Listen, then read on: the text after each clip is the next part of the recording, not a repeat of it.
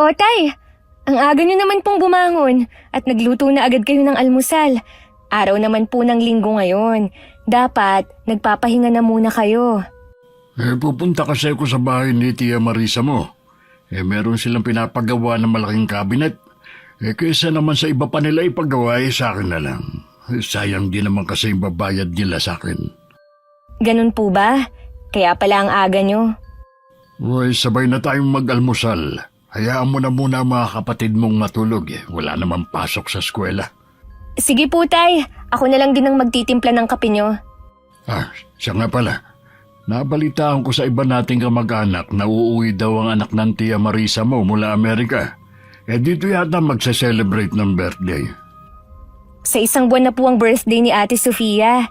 Di malapit na po siyang umuwi. Baka kasama din po niya yung nobyo niyang afam. Oo nga. Kaya din siguro nagpapagawa ng bakod ang tiyahin mo.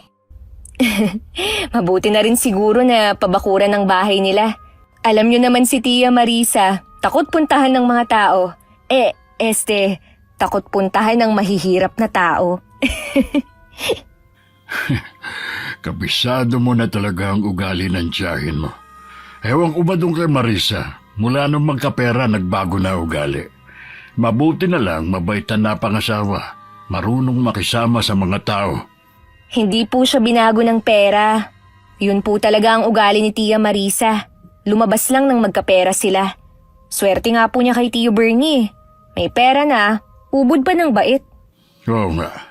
Pero dapat hindi pa rin nawawala ang respeto niyong magkakapatid sa tiyahin niyo at sa iba pa nating kamag-anak. Oo naman po tay.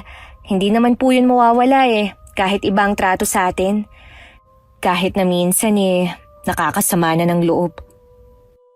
5 taon nang biyudo si Itay. 3 lang kaming magkakapatid. Ang sumunod sa akin na si Jopet ay nasa 2 taon sa koleyo. At ang bunso namang si Nonoy ay nasa high school. Sa construction naman nagtatrabaho si Itay. Hindi na ako nakapagkoleyo noon dahil na rin sa kakulangan sa pera. Mas pinili ko na rin na sumabak sa iba't ibang klase ng trabaho para makatulong sa gastusin at sa mga utang namin. Sa kabila ng hirap na nararanasan namin, hindi kami nawawalan ng pag-asa na balang araw papabor din sa pamilya namin ng swerte. Nandyan ka na pala, Kuya Fabian. Akala ko hindi ka na darating Tanghali na kasi. Pasensya ka na, Marisa, kung ngayon lang ako, ha? Kumain ka na ba ng almusal? Oo, tapos na. Sumunod ka sa akin, sa taas ka gagawa ng cabinet. Siguro naman hindi ka aabot ng 1 linggo tapos mo nang gawin. Oo naman. Kung ako lang kasi ang masusunod, sa professional ko ipagagawa at hindi sa iyo. Kaya lang mapilit si Bernie. Sa iyo daw ipagawa. Kung wala kang kumpiyansa sa akin, may kakilala naman ako na pwedeng gumawa.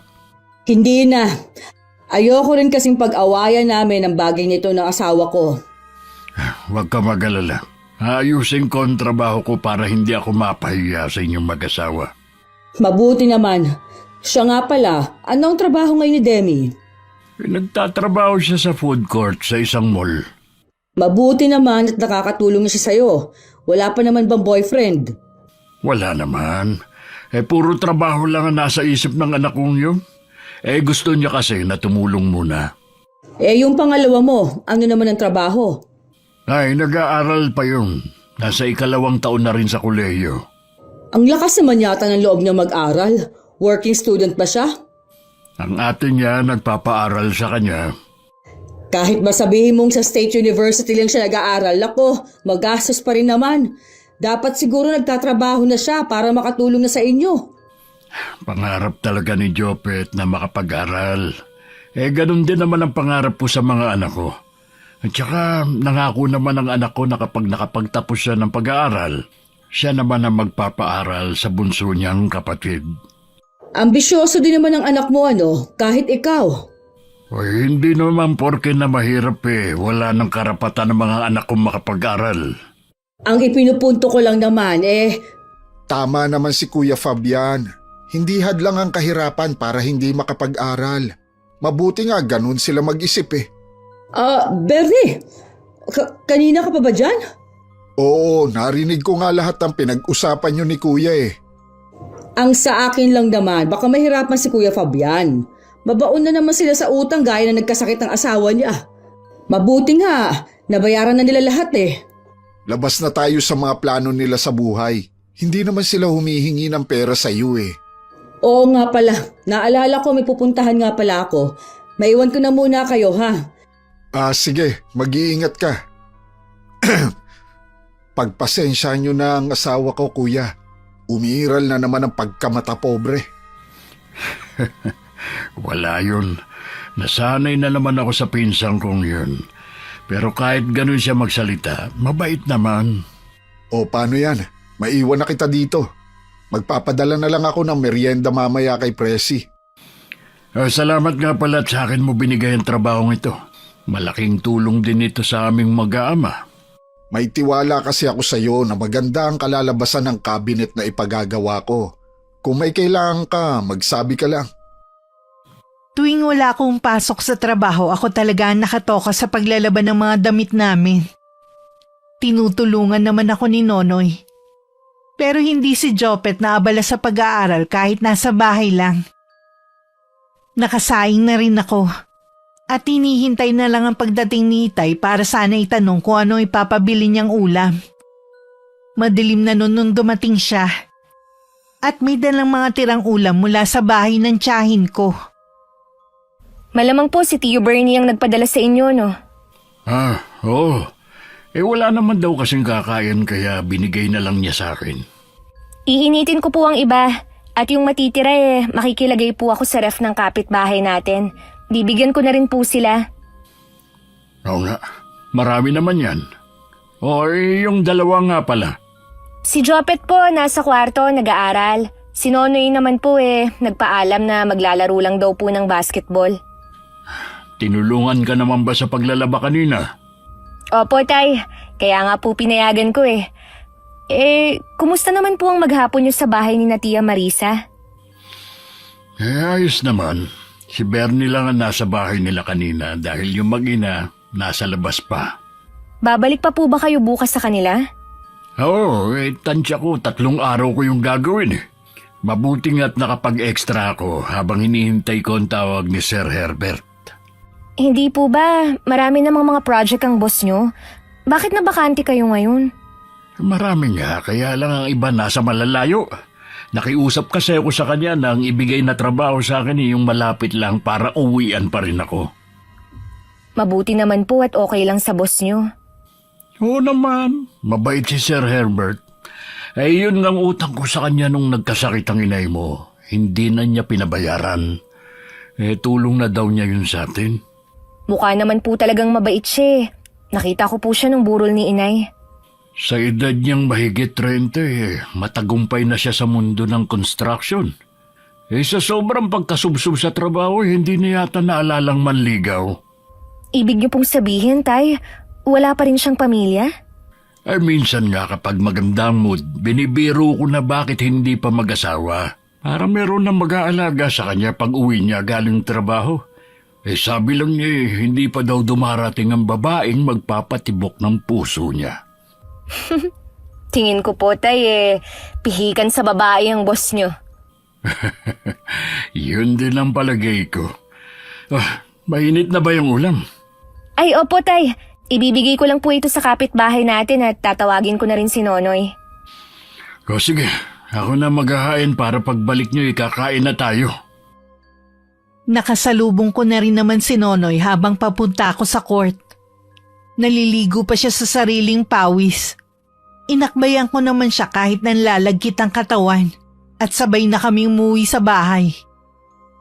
Pagdating nakahain na si Itay at nakaupo na sila sa hapag ng kapatid ko. Pinagsaluhan namin ng gabing yun na masaganang hapunan. Noon lang kasi kami nagkaroon ng maraming klase ng ulam. Kinabukasan dahil 10:00 pa naman ang pasok ko, nagluto na muna ako ng almusal namin. Nauna nang umalis ang dalawa para pumasok sa eskwelahan. Kami naman ni Itay sabay na umalis ng bahay. Tinanghali ka na naman kuya. Mas late pa nga ngayon. Sabi kasi ng asawa mo, ganitong oras ako pumasok eh. Kahapon kasi ginabi na ako ng pag-uwi. Kuya, ako ang magbabayad sa'yo at hindi si Bernie, kaya sa akin ka sumunod. Pasensya ka na. Aagahan ko na lang bukas. Ibig sabihin, hindi mo pa matatapos ang ginagawa mong cabinet ngayon? Ano ba yan? Ang bagal mo namang gumawa, kuya. Kung alam ko lang sana, sa iba ko nilang ipinagawa. Pasensya na kung nababagalan ka sa trabaho ko. Gusto ko kasing pulido ang pagkakagawa ko para hindi naman nakakahiya sa inyong dalawang mag-asawa. Meron namang iba dyan na mabilis gumawa pero pulido. Pasensya ka na talaga, pinsan. Hayaan mo, kapag may inalok na trabaho si Bernie, tatanggihan ko na sa susunod. Ano yan? Paawa na naman? Naku, hindi Marisa. Hindi nyo naman kailangan maawa sa akin eh. Ang mabuti pa, umpisa mo nang gumawa ngayon. Sige, maiwan na kita dyan. Kaya ayokong kumuha ng tauhan na kamag-anak eh. Masyado mapagsamantala. Nang araw na yon, malalim na ang gabi, wala pa rin si Itay. Nagchat naman siya na gagabihin siya. Ako na lang ang naghintay kay Itay at pinatulog ko na ang dalawa. Kahit alam kong nasaan ang aming ama, hindi ko pa rin maiwasang mag-alala. Nakahinga lang ako ng maluwag nang dumating na siya. Bakas ang pagod sa mukha niya. Kaya naghain agad ako para makakain na siya ng hapunan. Salamat anak ha. Kanina pa nga ako nagugutom eh. Hindi po ba kayo inalok na doon na kumain? Inalok naman kaya lang tumanggi ako.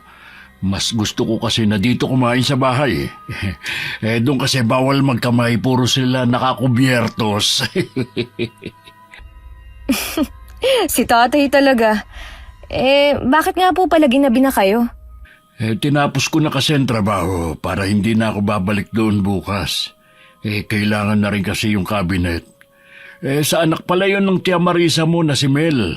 Nasira na kasi yung lagayan niya ng mga damit. Bakit nga pala gising ka pa?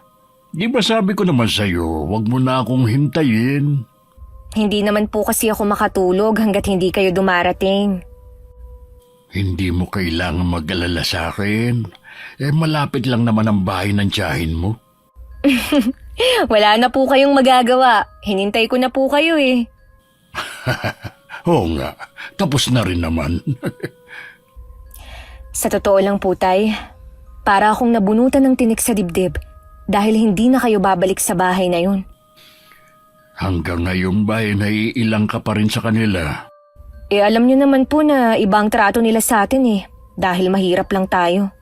Wala namang binabanggit ang tiyahin mo na masama tungkol sa atin. Ganun lang talaga siya. Maayos naman ang trato sa atin ng mga anak niya. Tuwing may okasyon sa kanila, lagi nila tayong iniimbita. Kaya lang po, kapag nandun tayo, iba ang mga plato natin kumpara sa ibang bisita. Hindi rin tayo pwedeng magpabalik-balik sa lamesa kung saan naroon ang pagkain.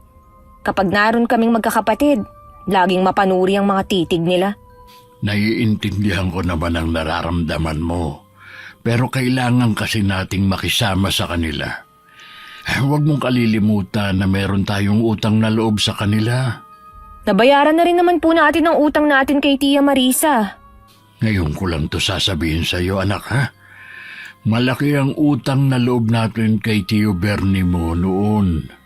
Malaki na ibigay niyang pera nung magkasakit ang inay mo. Walang alam ang tiyahin mo sa bagay na yun. Di na rin pinababayaran ng tiyuhin mo. Kaya kapag humihingi siya ng pabor, hindi ko matanggihan. Hindi ko po alam, Tay, na ganun ang ginawa ni Tio Bernie. Ngayon, alam mo na. Alang-alang sa kabutihan ng tao, makisama na lang tayo. Sige po, Tay. Siya, matulog ka na. Ako na lang ang bahalang magligpit sa pinagkainan ko. Sumunod naman ako kay Itay. Nang makapasok ako sa kwarto at nang makahiga na, dun ko lang naramdaman ng antok. Kinabukasan nagisnan ko na si Itay na nagluluto sa kusina. Siya na rin ang nagtimpla ng kape ko. Ilang sandali pa nagising na rin ang dalawa. Matuloy na lumipas ang 1 linggo. Wala pa ring trabaho nun si Itay. Kita na rin ang pagkainip sa mukha na nararamdaman niya. Kumusta po ang lakad niyo, Tay? Ano po ang sabi ng boss niyo? Ay, wala pa siyang project sa malapit lang eh. Kaya nga siya nalulungkot din. Habang wala pa po kayong trabaho, ako na lang po muna ang bahala sa mga gastusin dito sa bahay. Hindi naman pwede yun, anak. Ako ang padre de pamilya sa bahay na ito. Hindi tama na sa'yo namin lahat iasa.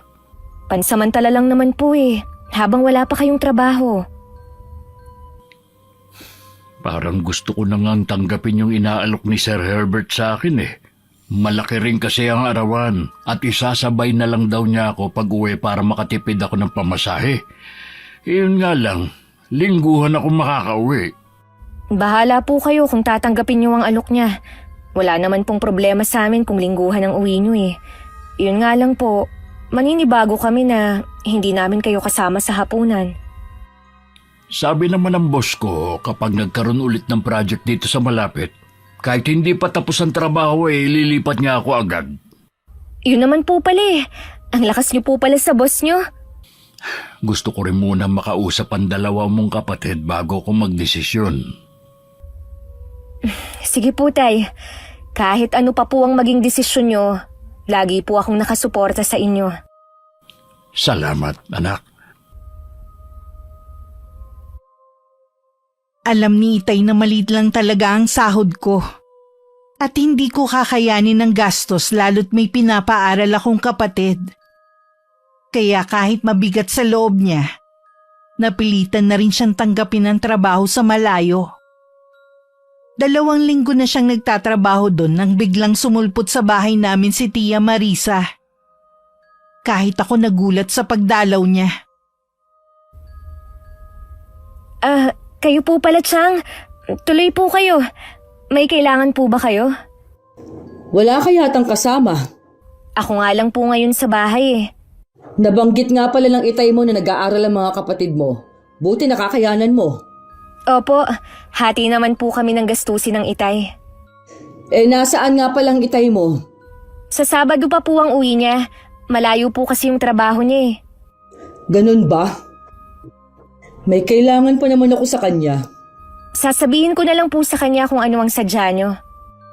Nagustuhan kasi ng kaibigan ng anak ko yung ginawang cabinet ng Itay mo. Gusto rin kasi sana niya magpagawa. Nako, hindi na po yun maaasikaso ng Itay eh. Hindi ba niya pwede maisingit yun? Nakakaya kasi sa kaibigan ng anak ko eh. Itatanong ko na lang po kay tatay pag uwi niya. Siya nga pala, kumusta naman ang trabaho mo? Ayos lang naman po. Di ba maliit lang naman ang sahod mo? Wala ka bang balak maghanap ng trabaho na mas malaki ang sahod? Sa ngayon po ayos lang naman po ang trabaho ko. Hindi naman po kami nagkukulang. Tsaka mahirap po maghanap ng trabaho ngayon.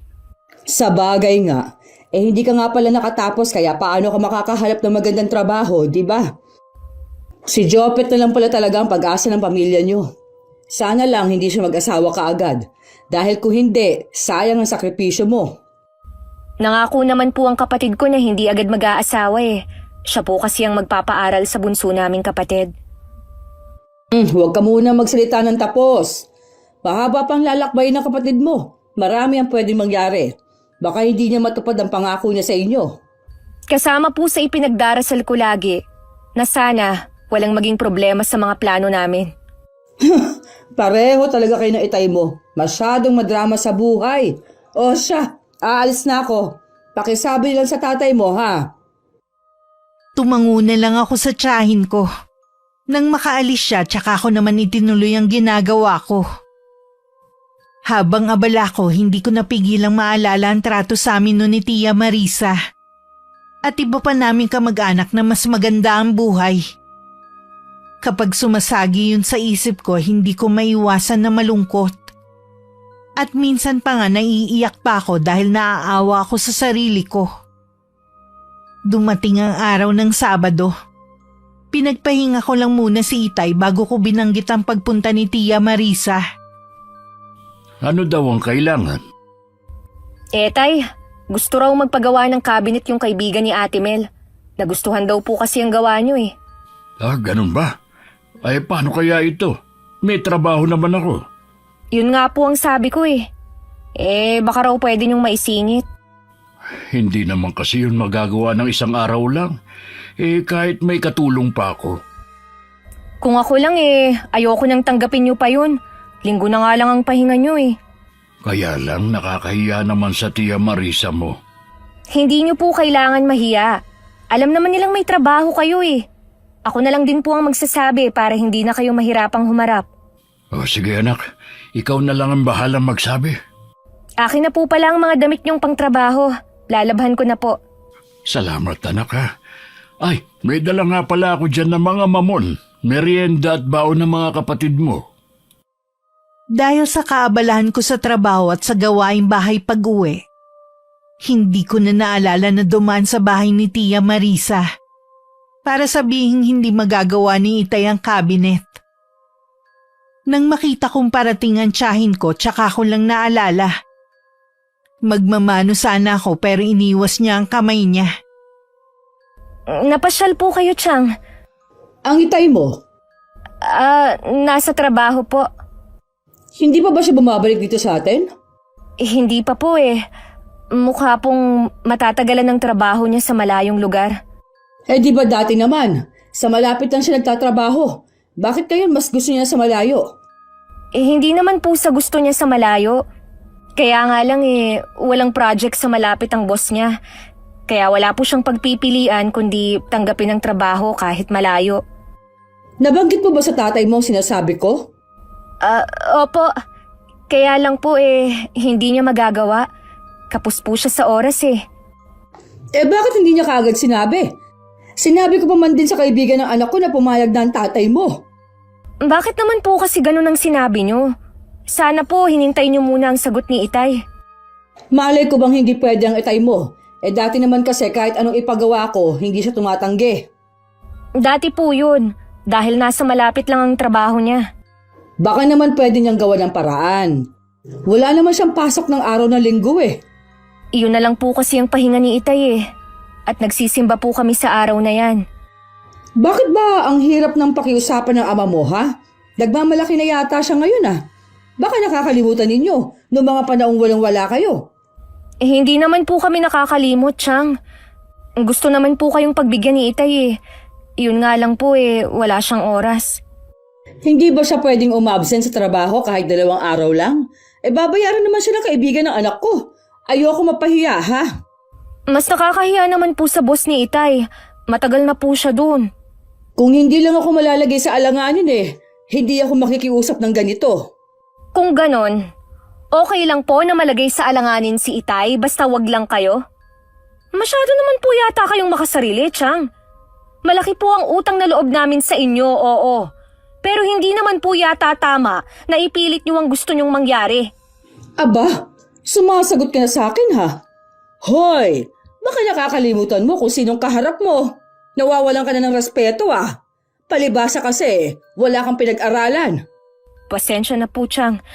Hindi ko naman po sinasadyang makapagsalita ng hindi maganda sa inyo. Ang tatay mo nilang ang kakausapin ko. Para akong nanghina na makaalis ang tiyahin ko. Siguradong ipagkakalat niya sa iba naming kamag-anak ang ginawa kong pagsagot sa kanya. Ang inaalala ko si Itay. Sigurado kasi na siya ang mapagsasabihan. Hindi ko na rin maiwasang mapaiyak dahil sa sinabi niya na wala akong pinag-aralan.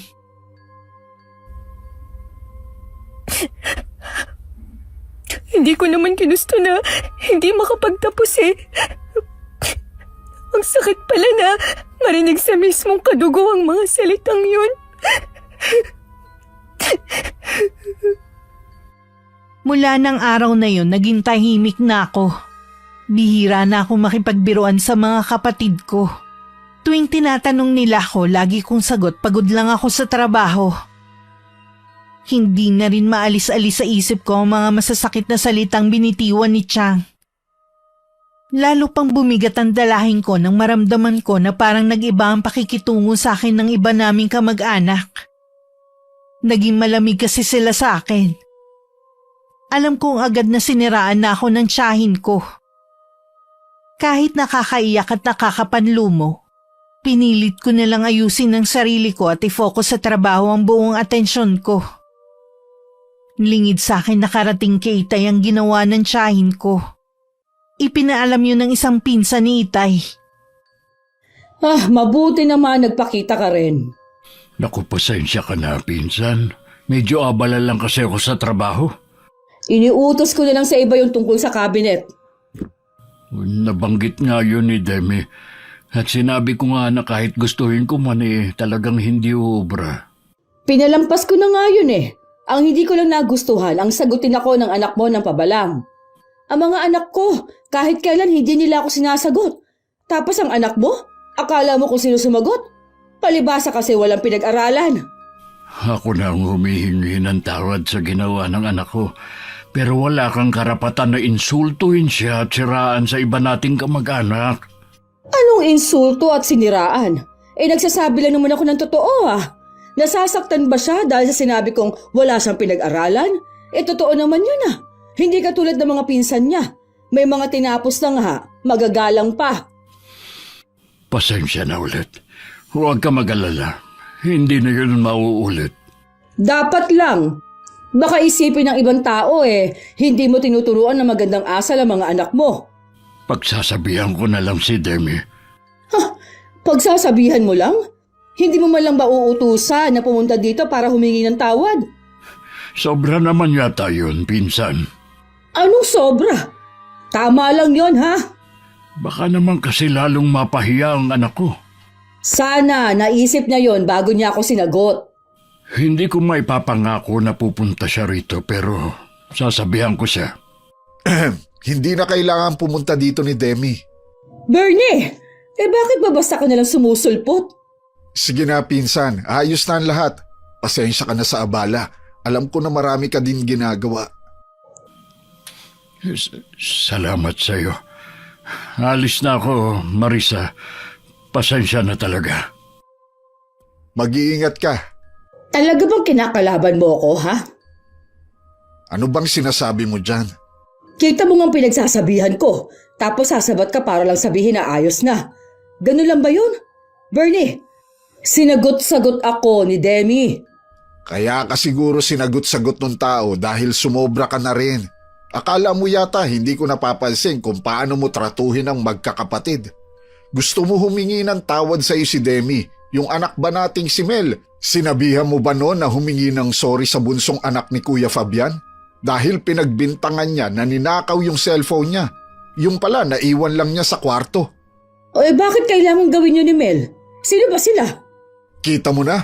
Tumitingin ka rin sa katayuan ng isang tao. Masyado mong minamaliit ang mga taong yon at minamata. Para yun lang, pinapalaki mo na. Ikaw ang nagpapalaki ng lahat. Sinisiraan mo ang sarili mong pamangkin sa mga kamag-anak nyo. Sigurado ko may dagdag bawas pa yun. Ginawa ko lang naman yon dahil nainis ako. Pero hindi naman paninira ang ginawa ko Totoo naman na sinagot niya ako. Kung hindi mo rin naman aayusin ang trato mo sa kanila, huwag ka nang hihingi ng pabor sa kanila. Nakakahiyayang inaasal mo. Akala mo naman pinanganak kang may gintong kutsara sa bibig. Sobra ka naman yata. Parang hindi asawa ang turing mo sa akin Ikaw ang sumosobra na. Dahil lang sa mga anak natin kaya nagagawa ko pang pagtiisan ang ugali mo. Kapag hindi ka pa magbago, iiwanan na kita. Nakaramdam naman ng takot si Tia Marisa sa bantang yun ng asawa. Inaalala agad niya kung saan na siya kukuha ng pambili niya ng mga luho kung hihiwalayan siya ni Tio Bernie. Samantala, kinausap naman ako ni Itay pagdating niya sa bahay. Tahimik lang ako habang nagsasalita siya. Wala ka bang sasabihin? Ano pa po bang sasabihin ko? Wala naman akong karapatan na ipagtanggol ang sarili ko Dahil sino ba ako? Magtimpi ka na lang kapag pinagsasabihan ka ng tiyahin mo at ng iba nating kamag-anak. Lagi naman pong ganun ang ginagawa ko Kaya lang sumobra na po kasi si Tia Marisa. Noon pa, galit na siya sa aming magkakapatid. Lagi niya kaming hinahanapan ng butas para masiraan sa iba nating kamag-anak. Ikaw na lang ang magpasensya kung ganun man ang ginagawa sa inyo. Dahil mahirap lang tayo. Wala ba tayong karapatan ng mga tuwiran? Lagi na lang bukang bibig na bastos at wala kaming modo. Samantalang sila hindi malang tayo nire-respeto. Huwag na lang natin itong pag-usapan. Iwasan mo na lang na sumagot ng pabalang sa kanila. Lagi na lang ba kayong ganyan, Tay? Magiging sunod-sunuran na lang ba kayo sa mga kamag-anak nating magandang buhay, ha? Ipagtanggol niyo naman kami kahit minsan lang. Hindi yung mananahimik lang kayo sa isang sulok habang pinagsasalitaan kami ng masasakit na salita. Tama na! Hindi ka ba talaga titigil? Hindi ako titigil hanggat hindi kayo natatauhan. Naalala niyo pa ba noon habang pinagbibintangan ni Ate Mel si Nonoy na nagnakaw ng cellphone niya? Nasa tabi lang kayo habang nakatungo. Umiiyak na ang kapatid ko noon habang sinasabi na hindi niya yun ginawa. Pero hindi niyo man lang siya ipinagtanggol. Para pang naniwala kayo sa kanila kaysa sa sarili niyong anak. Napatunayan naman na hindi siya ang kumuha. Dahil nakita ni Manang Presi ang cellphone sa kwarto. Paano kung hindi nakita? Di habang buhay na lang natatatak sa pagkatao ng anak niyo ang pagiging magnanakaw kahit hindi naman totoo. Hindi nga sila humingi ng tawad eh. Tapos ako pipilitin humingi ng kapatawaran sa pinsan niyo? Tama lang ang sinabi ko sa kanya. Kaya hindi ako hihingi ng dispensa. Gusto mo bang masira ang pamilya natin, ha? Gusto mo na isipin nila na bastos kayo mga anak ko? Matagal na po nila tayong hinusgahan dahil sa pagiging mahirap natin. Dahil sa estado natin sa buhay, mababang tingin nila sa atin kaya ganun din nila tayo tratuhin. Kung patuloy niyo pa po silang ituturing na kamag-anak, bahala po kayo. Pero ako, wala nang pakialam sa kanila. Masama pa rin ang loob ko kay Itay. Hindi pa rin siya nagbabago. Mas mahalaga pa rin sa kanya ang sasabihin ng mga kamag-anak namin. Gusto niya maganda ang maging imahe niya sa mga yun kahit isakripisyo pa niya kami. Hindi man lang niya kami ipagtanggol sa kanila.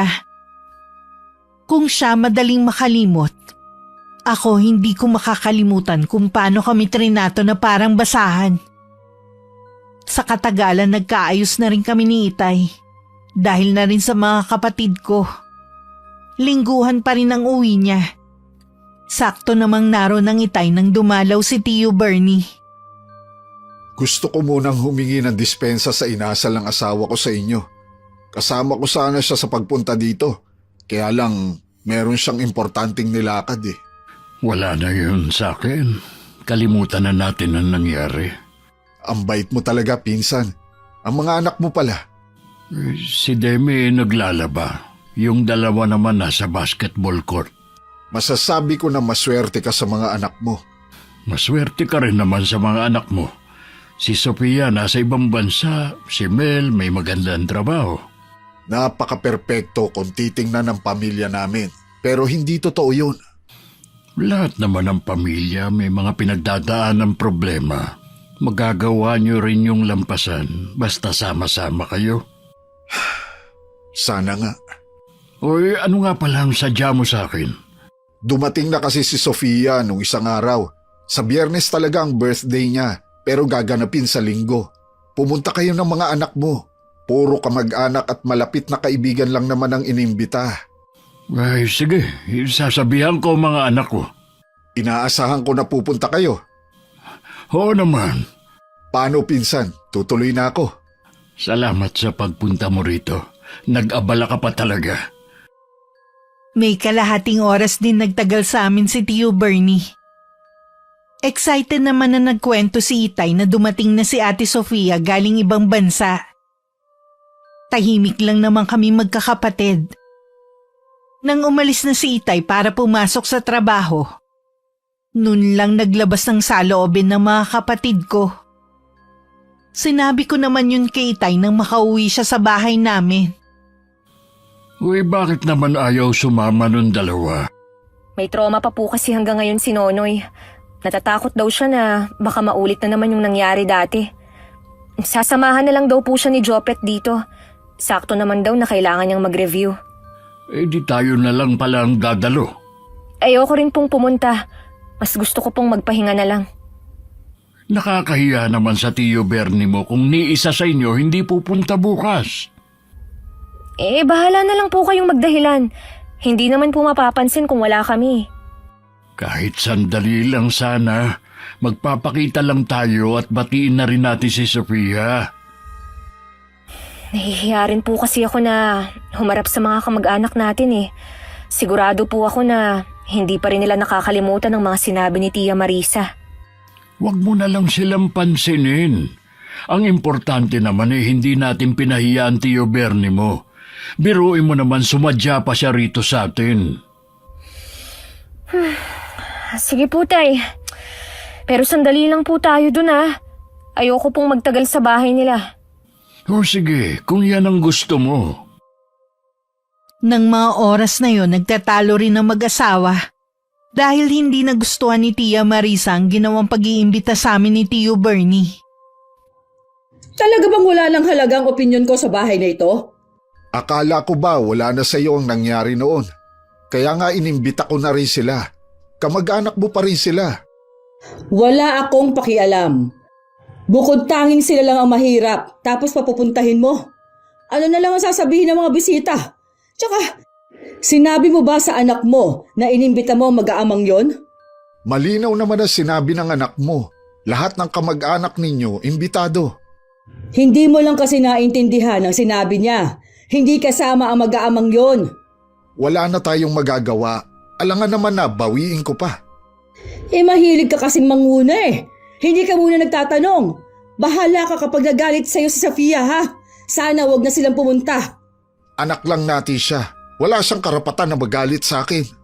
Wag mo sanang kalilimutan na siya ang may kaarawan at hindi tayo. Hindi ko alam kung ano ba talaga ang punot dulo ng galit ninyo sa kanila. Wala namang ginagawa ang mag-aama. Napakababaw naman na dahilan ang pagiging mahirap nila. Kasi nga mga abusado rin. Makita mo kapag dumating sila, parang silang mga patay gutom.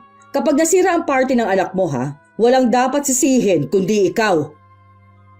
Naiiling na lang si Tio Bernie habang sinusundan ng tingin ng asawa. Parang gusto rin niyang pagsisiyan ang naging desisyon. Bigla tuloy siya nag-alala sa aming mag-aama. Sa gabi ang party ng pinsan ko kaya marami pang oras para maghanda. Para hindi naman nakakaya, bumili na rin kami ng regalo ni Itay. Hindi ko lang sigurado kung magugustuhan yun ng pinsan ko. May pagkasosyal din kasi yun. Huwag na kaya tayong tumuloy, Tay. O bakit naman? Kinakabahan po kasi ako hindi ko alam kung bakit. Sandali lang naman tayo dun Babatiin lang natin yung may birthday. Sayang naman yung regalo natin kung hindi may bibigay. Mabuti sana kung magustuhan ni Ate Sofia. Alam niyo naman na suplada yun di lalo na ngayon. Sanayin mo na ang sarili mo na laging makisalamuha sa mga kamag-anak natin. Hindi tama na lagi kayong nangingilag sa kanila. Hindi namin sila pangingilagan kung mabait po sila sa amin. Mabuti pa, magayos ka na. Maya-maya lang iaalis na tayo. Sige po, Tay. Dumating kami sa bahay ni na Tia Marisa na may mga bisita na. Halos lahat kamag-anak namin. Binati ko naman silang lahat at nagmano ko sa mga matatanda. Hinanap ko rin ang pinsan ko para maibigay ang regalo ko sabay bati sa kanya. Matipid ng ngiti lang ang ginanti niya sa amin ni Itay. Pagkatapos umupo na kami sa sulok. Mula sa kinauupuan ko nakita kong pinadala ni Ate Sofia ang regalo namin kay Manang Presi. At hindi isinama sa mga regalong naroon. Nalungkot naman ako at nakaramdam ng hiya. Puro kamag-anak pala natin ang narito. Ang iba po hindi ko nakilala. Ang mahalaga naman binati mo sila at nagbigay galang ka sa matatanda. Tay, umuwi na lang po tayo. O bakit na naman? Kinakabahan po kasi ako kanina pa Nakakahiya naman kung uuwi na tayo agad. kumain na muna tayo para hindi sayang ang pagpunta natin. Wala pa naman pong sinasabi na pwede nang kumain. O pwede na sigurong kumuha ng pagkain. Yung iba'y may bit-bit na eh. Hintayin na lang po natin na makakuha ang lahat. Ayoko na may masilip na naman sa atin ng tiyang. Ay ako na lang ang kukuha ng pagkain natin. Hintayin mo na lang ako rito para makauwi na rin tayo. Sandali lang, Tay. Ay, sana lang talaga. Tama na pumunta kami. Tuloy-tuloy na si Itay sa mahabang mesa kung saan naroon ang mga pagkain. Lumingon pa siya sa akin sabay ngiti. Dahil nakatuon ang pansin ko kay Itay, hindi ko na namalayan ang paglapit ni Tia Marisa at pag-upo sa tabi ko. Ikaw lang ba, Iha, ang dumalo? Kami lang po ni Itay ang pumunta. Nasaan ang itay mo? Kumukuha po siya ng pagkain. O bakit? Nagpasabi na ba na pwede na kumain? Hindi pa po ba? Nakita po kasi namin na may mga ilan ng bisita ang kumukuha. Pambihira talaga kayong mag-ama. Para kayong patay gutom. Huwag naman po kayong magsalita ng ganyan. Pinsang buo nyo naman po si Itay eh. Ayun na nga eh. Kilala ko kayo, kaya ako nasasabi to. Nagdala ba naman kayo ng regalo, ha? Meron naman po kaming dala. Inabot ko na po kay Ate Sofia. Akala ko wala eh. Kapag ganun, nakakahiya talaga kayo maging kamag-anak. Aalis na lang po kami ng Itay. Ay, wag mo nga akong dramahan ha. Kumain muna kayo bago umalis. Hindi na po, Tiyang. Maraming salamat na lang po. Habang nag-uusap pa kami ni Tia Marisa, dumating naman si Itay dalang 2 plato na puno ng pagkain. Hindi naman nakaligtas sa akin ang pagtalim ng mga mata ng tiyahin ko habang nakatingin sa mga plato. Ang dami naman yan, kuya. Ay, naparami ang lagay ko eh. Lahat kasi mukhang masasarap. Siguro naman mabubusog na kayo sa kinuha ninyo, no? Baka naman bumalik pa kayo para kumuha ng pagkain. Ha? Sapat na ito sa amin. Pwede bang doon kayo sa medyo tagong lugar? Parating na rin kasi ang ibang bisita eh. Sige, lilipat na lang kami ng lamesa. Alam ko na pareho kaming nararamdaman ni Itay. Gusto ko na rin lumubog nun sa inuupuan ko. Nang tumalikod si Tia Marisa, nagagilap ako ng mesa na malayo sa karamihan. Sa pinakasulok na malapit sa mga halaman, dun kami pumwesto ni Itay. Kumain ka na, anak. Damihan mo ang lechon kasi bihira lang tayo makakain yan. Mahirap pong lulukin ng mga pagkain. Mas gusto ko na lang pong umuwi. Kainin na muna natin ito. Mas nakakahiya kasi kung iiwan na lang natin ito rito. Lagi na lang po bang ganito? Pagsasalitaan nila tayo ng masasakit at ipapahiya tayo. Patawarin mo ko, anak. Walang dapat sisihin kundi ako. Hindi kita pinakinggan. Sana hindi na lang tayo dumalo. Wala naman po kayong kasalanan eh. Gusto nyo lang naman pong makisama. Sige na, kumain ka na para makauwi na tayo. Pangako, anak, huling beses na nating pupunta sa mga handaan ng pamilya ng tiyahin mo. Pinahiran ko muna ang mga luhang tumulo sa pisngi ko at saka hinarap ang pagkain. Kahit hindi ko tumalunok at parang sapal na sa bibig ko. Nang tingnan ko si Itay, konti din siyang kumain. Lingid sa amin, kanina pa pala nakatingin sa amin si Tio Bernie. Nang hindi na siya nakatiis, lumapit na siya sa amin. Bakit nandito kayong mag-ama? Ang layo ninyo sa mga bisita. Ay, ayos lang kami rito. Magpapaalam na rin kami sa iyo. Hindi na kami magtatagal. Salamat sa pag-imbita mo sa amin. Pamilya kayo, kaya hindi ninyo kailangan magpasalamat. Ikaw, Demi, bakit ka umiiyak? Bigla po kasing sumama ang pakiramdam ko. Kaya uuwi na lang po kami. Nakita ko na kinausap kayo ni Marisa. May sinabi ba siya sa inyo? Wala naman. Tinanong lang niya kung bakit kami lang ang pumunta. Lahat kami natuon ng pansin sa tiling ng tiyahin ko. Namumula ang mukha niya sa galit habang palapit sa amin. Dinuro-duro pa niya ako nang makalapit. Ikaw, ninakaw mo wedding ring ko. Kayo lang ang mahirap dito kaya walang ibang gagawa nun kundi ikaw. Chang, hindi ko po magagawa yun. Sinungaling! Pumasok ka lang sa pamamahay namin na wala na agad ang wedding ring ko. Huwag mong pagbibintangan ang anak ko. Hindi ko sila pinalaki na malikot ang kamay. Ipakukulong kita kapag hindi mo inilabas ang singsing ko. Baka naman kung saan mo lang nailagay. Hanapin na lang natin. Sigurado ako na kinuha ni Demi ang singsing ko.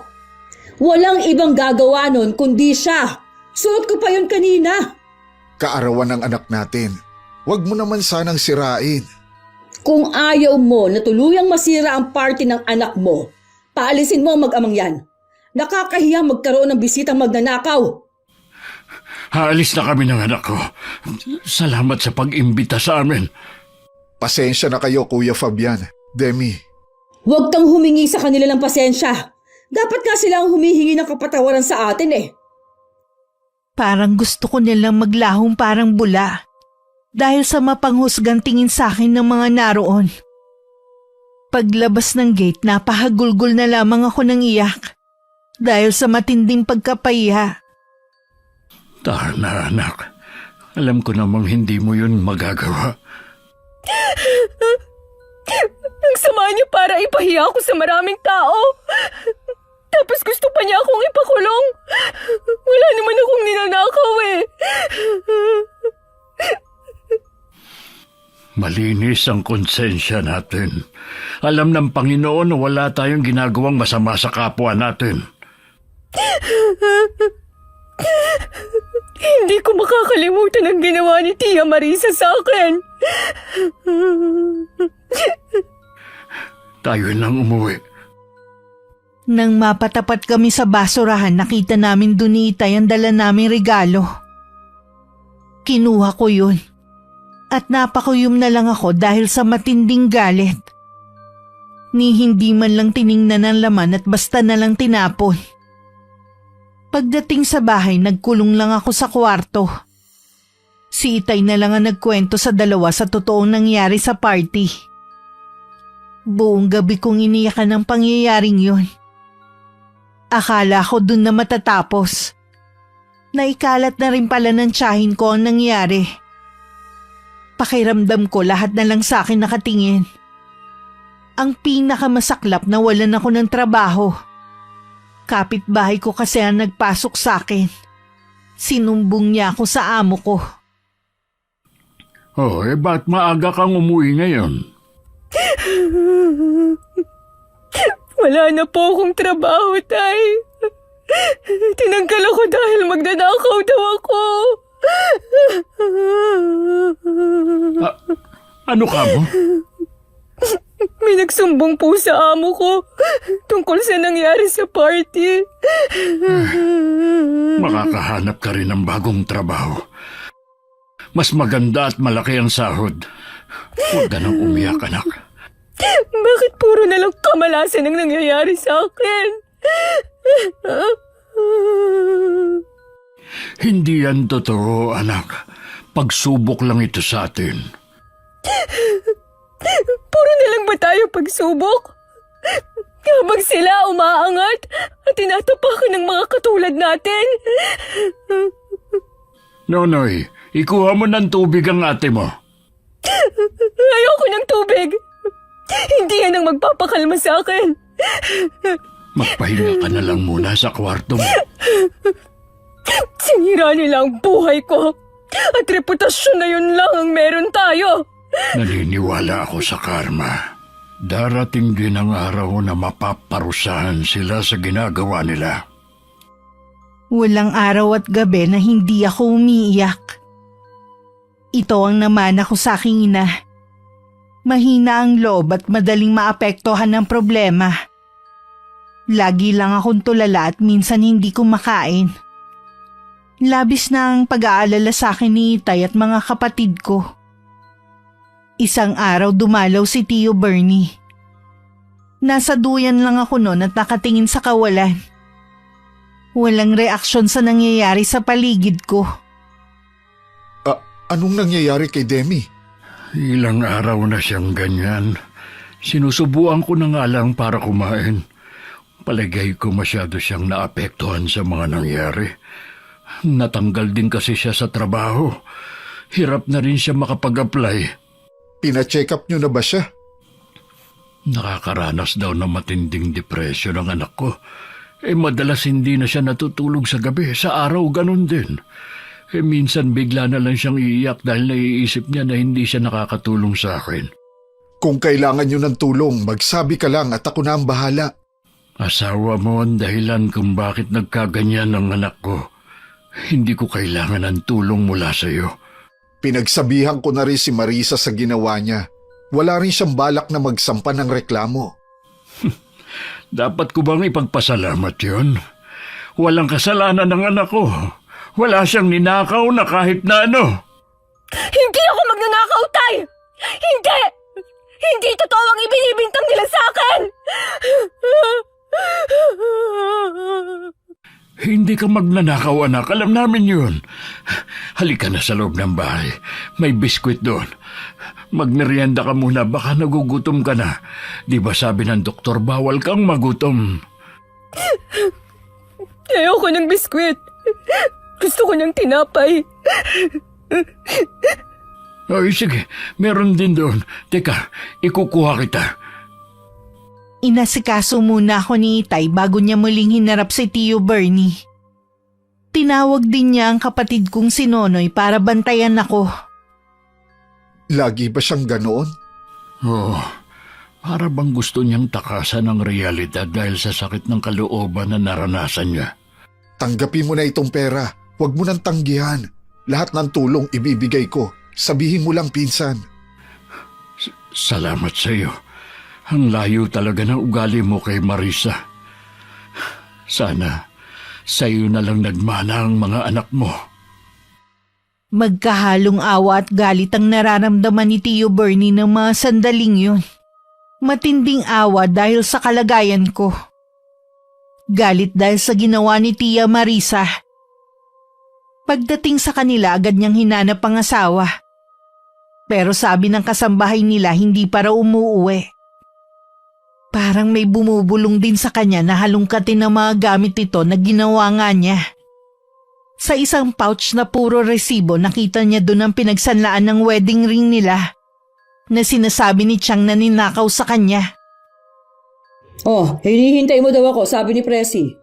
Sabi mo nawawala ang wedding ring natin. Pinagbintangan mo pa ang pamangkin mo. Ano itong resibo na ito? Nakalagay dito na isinanla mo bago ang party. Ay, hayaan mo ako magpaliwanag. Ano pa ang ipapaliwanag mo? Malinaw na sa akin na sinungaling ka. Anong klaseng pag-iisip meron ka? Pinahiya mo sa maraming bisita si Demi. Nawalan din ng trabaho dahil umabot sa bus niya ang nangyari. Hindi ko naman sinasadya. Wala lang akong pagpipilian. Tama na! Hindi mo na kailangan magpaliwanag pa. Kay Kuya Fabian at Demi ka magpaliwanag at humingi ka na rin ng tawad. Ano? Ihihingi ako sa kanila ng tawad? Bakit? Hindi mo kaya? Nagawa mo ngang sirain ang buhay ng pamangkin mo eh. Hayaan mo na lang sila. Wala namang kwenta ang mga taong yun. Ikaw ang walang kwenta. Ano ang pinagyayabang mo? Ito ba? Ha? Kukunin ko ito lahat para bumalik ka sa pagiging mahirap. Hihiwalayan na kita. Hindi mo magagawa yan. Matagal na tayo nagsasama. Maawa ka naman. Gagawin ko na ang gusto mo. Ihihingi na ako ng tawad kay Demi. Kailangan mo rin silang tulungan. Gusto mong hanapan ko ng bagong trabaho si Demi? Kanino ko siya irerekomenda? Hindi nga siya nakatapos. Ikaw rin naman ah. Hindi ka nakatapos pero kung mangmata ka ng kapwa mo. Bakit ba akong kinakalaban mo? Dahil hindi ako makapaniwala na nagawa kong pakasalan ng isang ganid at matapobre na babaeng katulad mo. Lahat ng sabihin mo, tatanggapin ko. Hihingi din ako ng tawad sa mag-ama. Tutulungan ko makakuha ng bagong trabaho si Demi. Huwag mo lang akong iwan. Hindi trabaho ang kailangan ni Demi. Kailangan niya ng pera para makapagpagamot. Ha? Anong sakit niya? Nakakaranas ng matinding depresyon si Demi dahil sa ginawa mong pamamahiya sa kanya. Hindi biro ang pinagdadaanan niya. Para yun lang? Yung iba nga mas matindi pa ang pinagdadaanan pero hindi naman nade-depress. Talaga bang wala kang katiting na awa dyan sa puso mo, ha? Ikaw ang dahilan kung bakit nagkagano ng pamangkin mo. Oo nga. Pupunta na nga ako sa kanila. Ano pa bang gusto mo? Kung pagtatawanan mo lang ang kalagayan ng pamangkin mo, mabuti pa huwag ka nang pumunta doon. Kaya nga ako pupunta doon dahil sabi mo hihiwalayan mo ako kung hindi ako hihingi ng tawad. Hindi naman bukal sa loob mo ang gagawin mo. Mahalaga pa ba yun? Pag-aralan mo muna kung paano magkaroon ng simpatsya sa kapwa mo. Saan ka pupunta? Bakit inilalagay mo ang mga damit sa maleta? Hindi ko na kayang makisama pa sa'yo. Maawa ka naman. Huwag mo akong iwan. Isinalya pa ni Tio Bernie ang asawa nang tangkain siya nitong pigilan sa braso. Hanggang sa labas ng bahay nakasunod sa kanya ang asawa. Pero hindi na siya napigilan pa. Samantala, nagpa siya si Itay na dalhin ako sa isang mahusay na albularyo. Ayon na rin sa payo ng boss niyang si Herbert. Nagpa siya siyang iwan ako kay Lola Crisanta, ang matandang dalagang albularya. Ilang beses na rin noon nagpabalik-balik si Tia Marisa sa bahay namin. Hanggang matsyempohan niyang may tao na. Akala ko tuluyan na kayo umalis sa lugar natin. Ilang beses kasi ako nagpabalik-balik dito pero wala kayo. Hindi naman masabi ng mga kapitbahay ninyo kung saan kayo nagpunta. Ano ba ang kailangan mo? Si Demi, Wala siya rito. nasaan siya? Wala ka nang pakialam kung nasaan man siya ngayon. Pwede ba? Umalis ka na. Marami pa akong dapat gawin. Huwag mong sabihin na ipinasok mo siya sa mental hospital. Kung wala kang maayos na sasabihin, umalis ka na bago pa kita ipagtulakan. Kung ako lang ang masusunod, hindi ako pupunta dito. Nakiusap lang sa akin si Bernie na puntahan kayo dahil kailangan niya ng tulong. Dahil nakakaranas ng depression ang anak mo. Oh, dahil sa iyo, parang mababaliw na ang anak ko. Pagkatapos mo siyang pagbintangan na kinuha niya ang wedding ring mo, yung pala isinanla mo lang para pambili mo ng mga luho. Paano mo nalaman ang bagay na yan? Hindi na mahalaga kung paano. Subukan mo lang uli na siraan ang anak ko o kahit sino sa kanila. Matitikman mo ang galit ko. Huwag mo akong matakot-takot. Hindi mo yata alam ang kaya ko ring gawin. Ano pa ba magagawa mo kung wala na sa tabi mo ang asawa mo? Isa talagang malaking pagkakamali ang pumunta ako dito. Sinabi mo pa, dahil pinahiya mo lang ang sarili mo. Umuwi ka na sa inyo at hintayin mo ang karmang nararapat sa iyo. Mula nang umalis ang asawa, nawalan na rin ng panggasto si Tia Marisa. Umaasa na lang siya sa mga bigay ng dalawang anak. Kalaunan naman natigil na dahil parehong nawalan ng trabaho. Hindi na rin nakabalik sa Amerika si Ate Sofia sa di malamang dahilan. Napilitan na lang silang lumipat sa mas maliit na bahay para makamenos sa gastusin. Ito na nga yata ang karmang sinasabi ni Kuya Fabian. Ayokong bumalik sa pagiging mahirap. Gusto ko pa rin mabili ang lahat ng gusto ko. Napilitan ng puntahan ni Tia Marisa ang asawa para humingi ng tulong. Hindi rin siya makapaniwalang nasa magarang bahay ang asawa. Samantalang sila ng mga anak naghihirap at nagtitiis sa maliit na bahay. Paano mo naaatim na tumira sa ganitong bahay samantalang naghihirap kami ng mga anak mo? Bahay ito ng kapatid ko. Dito lang niya ako pinatira habang wala silang mag-anak. Yung kapatid mong suplada na si Angela? Hindi suplada si Angela. Ayaw lang niya talaga sa'yo dahil sa ugali mo. Hindi ko na yun problema. Kung ganon, anong ginagawa mo dito? Bernie, maawa ka naman sa amin ng mga anak mo. Pareho silang walang trabaho. Ubos na ang mga ipon nila. Baon na kami sa utang. Kaya mo pa naman. Bakit hindi mo subukan maghanap ng trabaho? Ano naman ang papasukan ko? Maliban sa may edad na ako, wala naman akong tinapos. Hindi mo ba naiisip na yung nangyayari sa'yo? Karma na yan dahil sa ginawa mo sa kapwa mo. Pati mga anak natin, dinamay mo. Nakikiusap ako sa'yo. Maawa ka naman sa amin. Hanggat hindi ko nararamdaman ang sinseridad sa'yo at pagbabago, wala kang makukuhang tulong mula sa akin. Bakit ba nagbago ka na? Ano bang ginawa sa'yo ng mag-amang yon at ganyan na ang pakikitungo mo sa akin? Hindi ako nagbago. Napuno na lang ako sa'yo. Yang sobrang pagiging mapagmataas mo. Yan ang sumira sa pagsasama natin. Sinunod ko naman ang gusto mo. Pinuntahan ko si Kuya Fabian kaya lang siya pa ito nagmamalaki. Dahil ikaw pang mayabang imbis na magpakumbaba ka. Ikaw ang may malaking kasalanan sa kanila. Huwag mo sanang kalilimutan yon. Laylay ang balikat na umuwi na lang sa kanilang bahay si Tia Marisa. Pagdating naabutan niyang umiiyak ang mga anak. Iniwan na raw ng nobyo si Ate Sofia dahil nalaman nito ang ginawa niya sa akin. Maging si Ate Mel iniiwasan na rin ng mga kaibigan. Nakakatakot daw baka sila naman ang pagbintangan ng ina. Pero hindi naniniwala ang tiyahin ko na yun ang dahilan. Malamang na hindi lang matanggap ng nobyo at mga kaibigan na naghihirap na sila. Dahil wala na mapagkuhanan ng panggastos, napilitan na rin ang tiyahin ko na tumanggap ng labahin at mamalansya. Samantala kahit magaling na ako, ayoko pa rin umalis sa poder ni Lola Crisanta. Doon lang kasi ako nakaramdam ng katahimikan. Pero lagi ko pa rin naaalala ang nangyari sa akin. Iniisip mo kung paano ka makakaganti sa tiyahin mo, no? Paano niyo po nalaman na yun ang laman ng isip ko, Lola? Madali lang naman basahin ang isip ng tao. Lalo ka na. Hindi kasi ako matahimik. Tingin ko, hindi ako makakabalik sa dati kong buhay kung hindi ako makakaganti sa tiyahin ko. May alam ako kung paano ka makakaganti.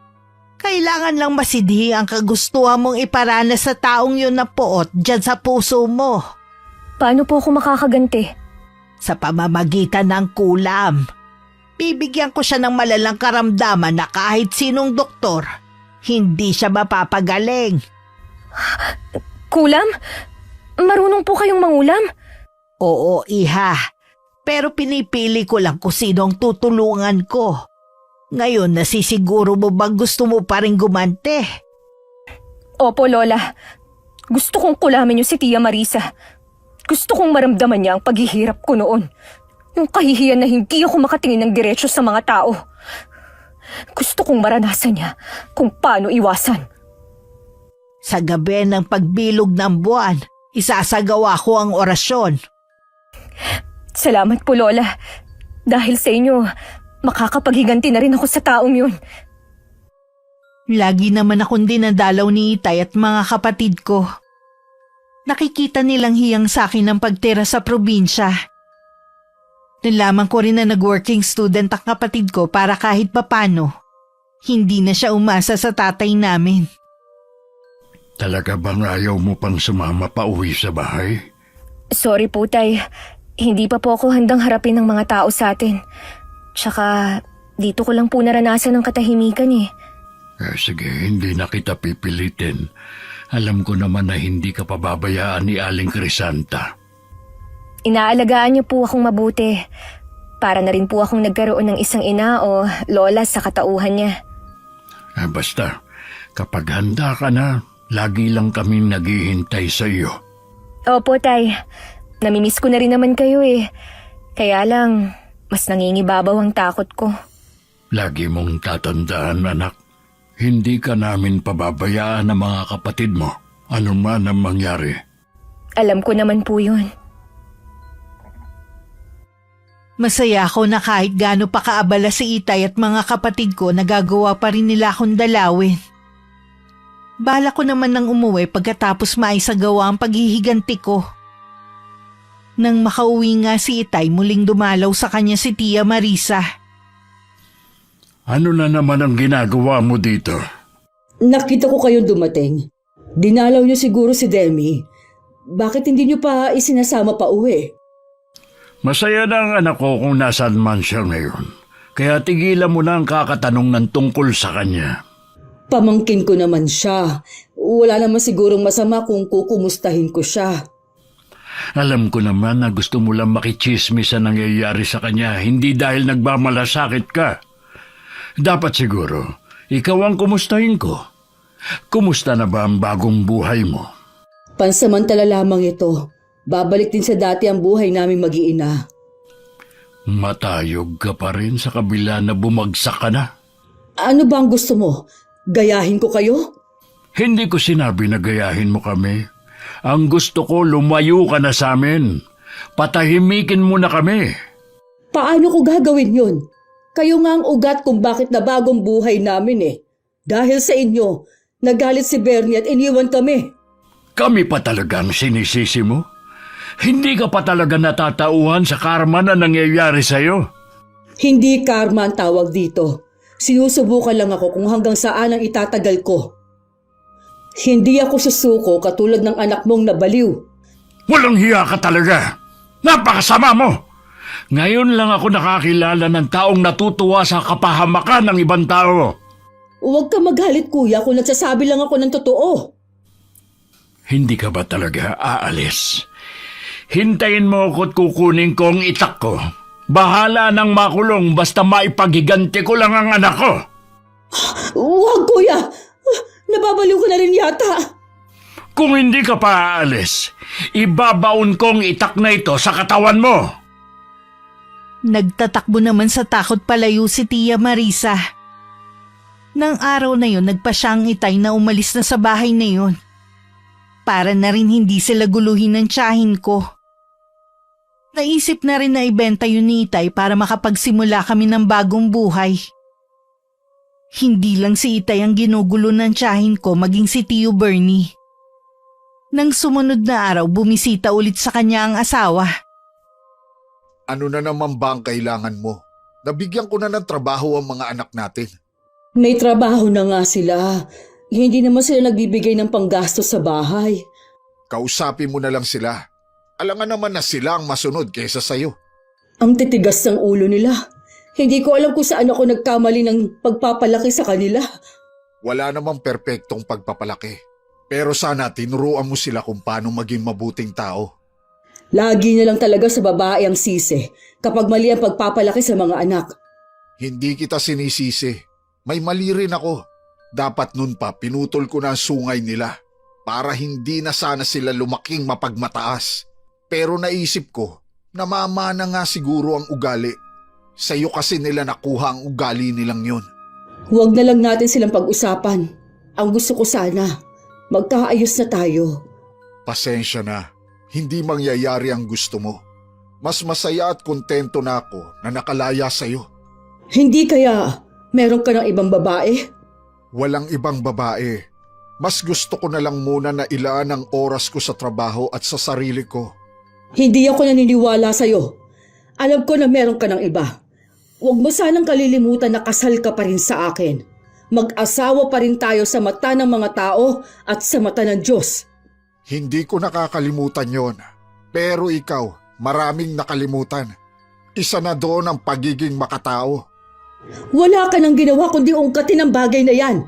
Tapos mag-aaway na naman tayo dahil sa nangyari kay Demi? Nakakasawa na! Paulit-ulit na lang ang problema natin. Hanggat hindi mo binabago ang ugali mo, hindi matatapos ang problema. Kahit naman baguhin ko ang ugali ko, hindi ka na rin naman babalik sa akin, hindi ba? Para din naman sa kabutihan mo ang gusto ko. Pwes, ayoko magbago. Ganito na ako habang buhay. Bahala ka na kung ganon. Pakiusap lang. Huwag mo na akong puntahan dito. Kahit makailang ulit nang sinabihan si Tia Marisa ng asawa, hindi pa rin siya tumitigil sa panggugulo. Makailang beses na rin siyang pumunta sa bahay namin. Kung hindi pa siya sinabihan ng kapitbahay namin na lumipat na sina Itay, patuloy pa rin siya sa pagpunta ron. Saan kaya sila lumipat? Hindi ko sila titigilan hanggat hindi ko nasisira ang mga buhay nila gaya ng ginawa nila sa akin.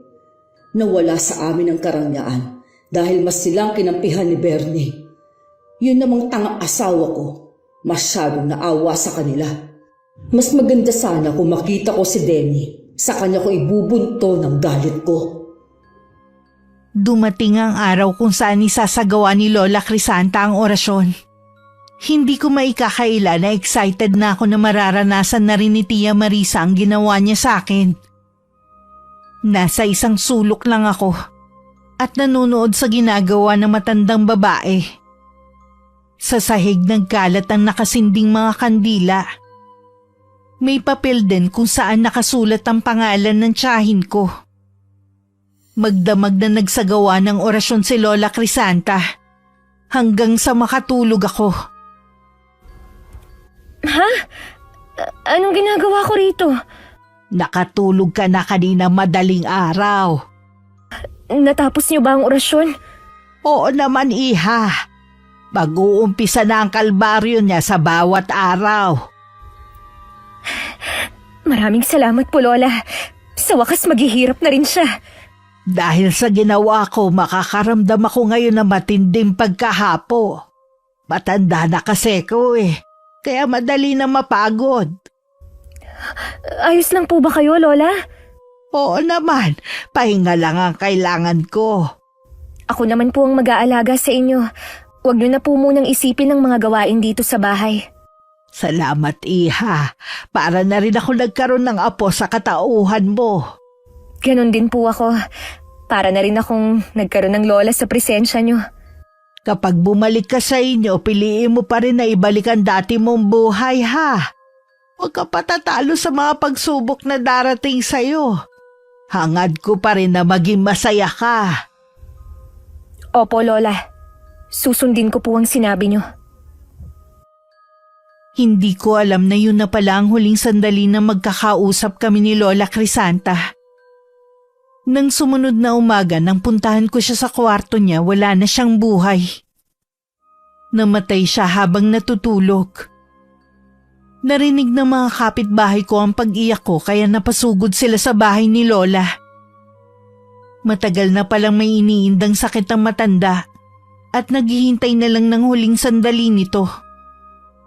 Iniwan niya sa akin ang isang maliit na kahon kung saan nakalagay ang mga mahalagang bagay na ginagamit nito sa kulam.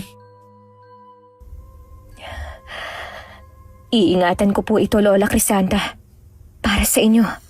Hinding-hindi ko po kayo makakalimutan. Utang ko po sa inyo kung bakit ako gumaling at kung bakit ako nakapaghigante. Lagi ko po kayong maaalala at maging mga bilin niyo sa akin. Inilibing agad si Lola Crisanta ayon na rin sa bilin niya. Si Herbert din ang naghatid sa akin pauwi sa bagong bahay namin. Magkahalong lungkot at sayang nararamdaman ko ng mga sandaling yun. May lungkot akong nararamdaman dahil sa sandaling panahon na kasama at napamahal na sa akin si Lola Crisanta. At masaya naman dahil makakasama ko na ang pamilya ko. Nakausap ko nga pala ang Tio Frank mo. Iniimbita tayo sa bahay nila sa linggo. Ano pong meron? Kaarawan niya. Si Senta na kasi ang tiyuhin mo. Kaya maghahanda siya. Sigurado po na pupunta din dun si Tia Marisa. Sigurado yun dahil kapatid siya ni Tio Frank mo. Ayos lang naman kung hindi ka sasama. Ayaw din naman ng mga kapatid mo. Sasamahan ko na po kayo, Tay. Sigurado ka ba, anak? Opo, Tay. Gusto ko rin kasi siyang makita . Huwag kang mag-alala. Hindi ka na niya magagawang ipahiya pa dahil alam na ng lahat ang ginawa niya. Sigurado po ako na kinakarma na siya dahil sa ginawa niya. Wala na silang bahay at kasambahay. Maliit na bahay na lang ang tinitirhan nila. Hiniwalayan na kasi siya ng asawa niya. Hindi pa po sapat yun, Tay. May iba pa akong karmang hinihintay na mangyari sa kanya. Anong karma naman ang tinutukoy mo? Yung matinding sakit na dadapo sa kanya. Yung kahit pinakamagaling na doktor ay hindi siya magagawang pagalingin. Hayaan na lang natin ang Panginoon na magparusa sa kanya. Sinabi po ng mga kapatid ko na hindi pa rin daw nagbabago si Tia Marisa. Lagi pa rin daw kayong ginugulo, kaya napilitan kayong lumipat ng bahay. Totoo naman. Kung hindi lang ako nagtitimpi, baka masaktan ko na siya kaya kami na lang ng mga kapatid mo lumayo. Mula ngayon, ako na po ang haharap sa kanya. Hindi ka na ba maaapektuhan sa presensya niya? Hindi na po. Matapang na ako ngayon. Malaki nga ang naitulong ni Aling Crisanta sa iyo. Hindi lang po niya ako pinagaling. Marami din po siyang itinuro sa akin. Hindi ko po siya makakalimutan habang nabubuhay ako. May mga gabi na tinitingnan ko ang kahon na iniwan sa akin ni Lola Crisanta. Meron pala dong libretang itim. Iniisip ko na pag-aralan yun. Baka kasi yun ang gusto na matanda kaya niya sa akin iniwan. Dumating ang araw ng linggo.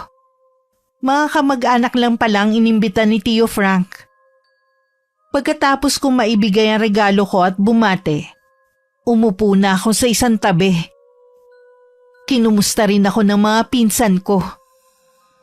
Naramdaman ko naman ang senseridad sa mga pagtatanong nila.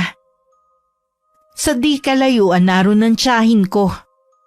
Mapanuring tingin na naman ang binabato niya sa akin. Lumapit ako at saka ko siya binate.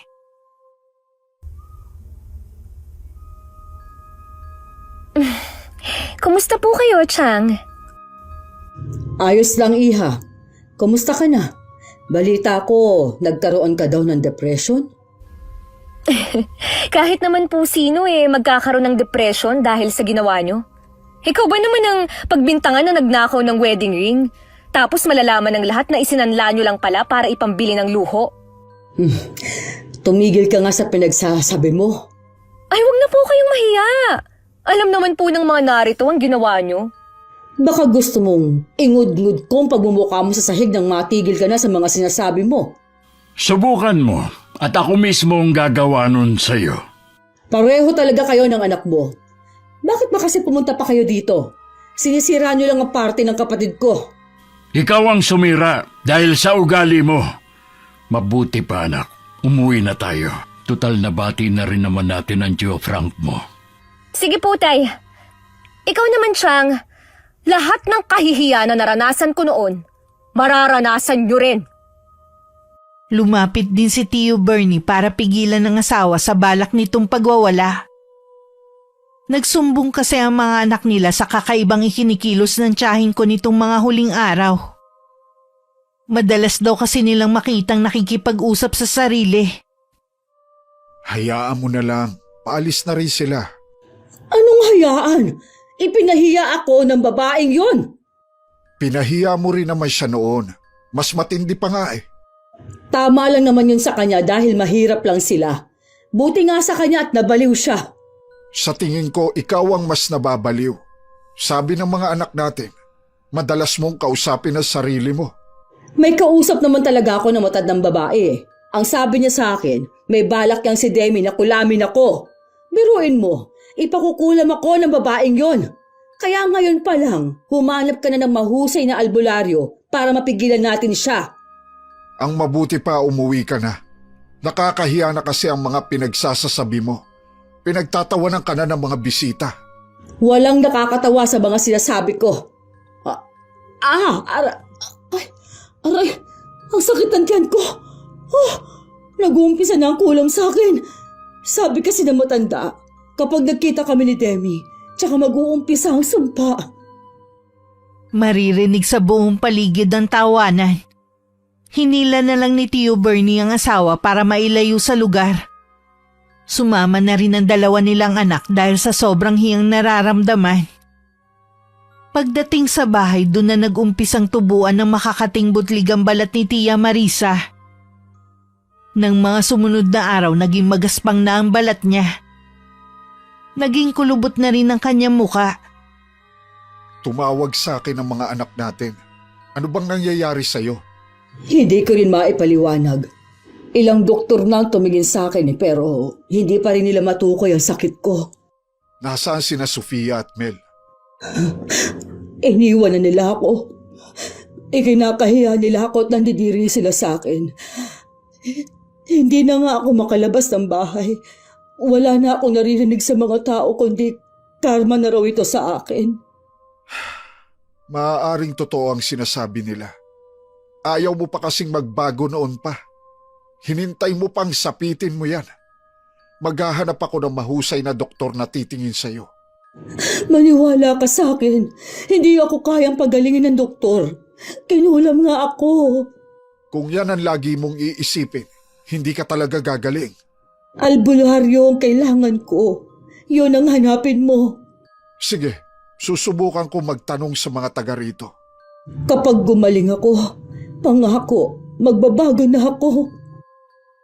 Hindi inaasahan ni Itay na dadalaw si Tio Bernie sa amin. Siya raw ang nag-aalaga kay Tia Marisa dahil nilayasan daw ng mga anak nila. Nabanggit din niya ang pagkakasakit ng asawa. May alam ka ba pinsan na albularyo? Uy, bakit yun ang hinahanap mo? Dapat dali mo na siya sa doktor. Ilang doktor na kasi ang tumingin sa kanya, hindi naman siya mapagaling-galing. Tingin ko pa, lalo siyang lumalala. Baka nga albularyo na ang makapagpagaling sa kanya. Albularya ang nagpagaling kay Demi. Kaya lang ipatay na siya. Ganun ba? Sayang naman, wala na pala siya. Wala rin naman akong kilala pa. Pero magtatanong na rin ako sa mga kakilala ko. Ngayon pa lang, nagpapasalamat na ako sa'yo. Alam ko na malaki ang kasalanan sa inyo ni Marisa. Tingin ko, nagsisisi na siya. Kung kailan may sakit na siya, tsaka lang niya napagtanto ang mga mali niyang ginawa. Lagi talagang nasa huli ang pagsisisi.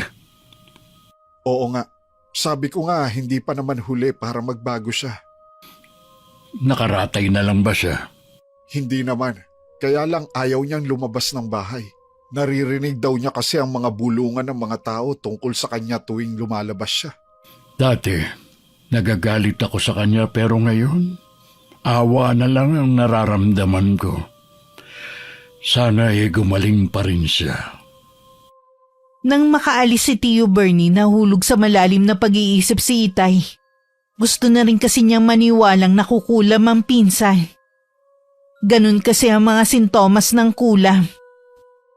Tay, narinig ko po ang napag-usapan niyo ni Chong. Nakakaawa naman ang kalagayan ng Tia Marisa mo. Yun po ang tunay na karma sa kanya. Magtapat ka nga, Iya. May alam ka ba sa nangyayari sa tiyahin mo? Bakit niyo naman po nasabi yan? Pasensya ka na, anak. Kalimutan mo na ang tanong ko. Hindi nga nakapagtataka na may kumulam sa tiyahin mo dahil sa ugali niya. Malamang isa sa mga nakaalitan niya. Hayaan na lang po natin sila. Labas na po tayo sa kung ano ang nangyayari sa kanila. Mabuti pa, ang pag-usapan na lang po natin yung tungkol sa planong panliligaw ni Herbert. Hindi nga ako makapaniwala nang magpaalam siya sa akin Matagal na pala siyang may gusto sa'yo. Kaya nga lang nahihiya sa akin. Napatunayan niyo naman po na mabuti siyang tao Ay kaya nga pumayag na rin ako. Alam ko mapapabuti ka sa kanya. Kaya naman ibinigay ko na sa kanya ang basbas ko. Salamat po, Tay. Anak, sana balang araw mapatawad mo rin ang Tia Marisa mo. Mas masarap pa rin kasing mabuhay na walang kinikim-kim na galit sa dibdib. Opo, Tay. Matuling na lumipas ang mga araw, linggo at mga buwan. Sinagot ko na rin si Herbert at nagpaplano ng magpakasal. Masasabi kong masaya at kontento ako sa buhay na meron ako ngayon. Sa pagdating ni Herbert, parang nabura lahat ng hinanakit ko sa buhay. Dahil sa pag-aakalang puro kamalasan na lang ang nangyayari sa buhay ko. Kabaliktaran naman ang nangyayari kay Tia Marisa. Bagamat malakas pa rin, hindi naman niya magawang lumabas ng bahay dahil nahihiya siya sa itsura niya. Ikakasal na pala si Demi. Talaga? Natutuwa ako para sa kanya. Balita ko mayaman ang napangasawa niya. Sana hindi siya tumulad sa akin na binago ng pera. Sa bagay, iba naman siya. Alam ko na maganda ang pagpapalaki sa kanya ng mga magulang. Natutuwa ko na hindi ko na nararamdaman ang galit sa iyo. Nakakapagod din naman ang laging galit sa mundo. Mas magaan na rin ang dibdib ko. Sana, balang araw, mapatawad ako ni Demi at ng iba ko pang nasaktan. Huwag kang magsawa sa pagdarasal. Ipadaan mo sa kanya ang paghingi mo ng tawad sa mga taong nasaktan mo. Sigurado na may katugon ang mga panalangin mo. Maraming salamat din at hindi mo ko iniwan.